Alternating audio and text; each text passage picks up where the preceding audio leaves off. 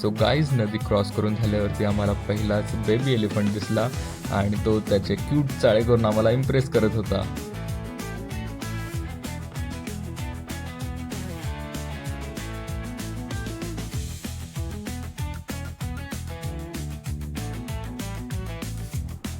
Second जो elephant आम्हाला दिसला तो लिटरली मॅमथ वाटत होता.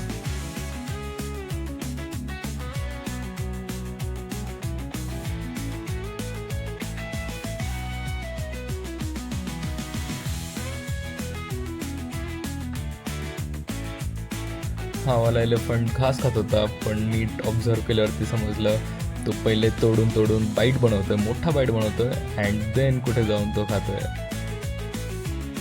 तिथे एलिफंट बेदिंग ॲक्टिव्हिटी पण होती. तर दीदी आणि जीजू हत्तींना आंघोळ घालायला गेलेले.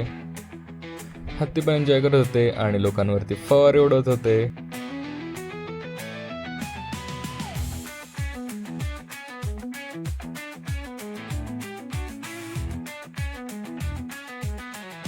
एलिफंट कॅम्पमध्ये नाश्ता करून झाल्यावरती आम्ही निघालो आमच्या नेक्स्ट स्पॉटकडे, जे की आहे मॉनेस्ट्री म्हणजेच गोल्डन टेम्पल. ते बघूयात आपण नेक्स्ट व्लॉगमध्ये.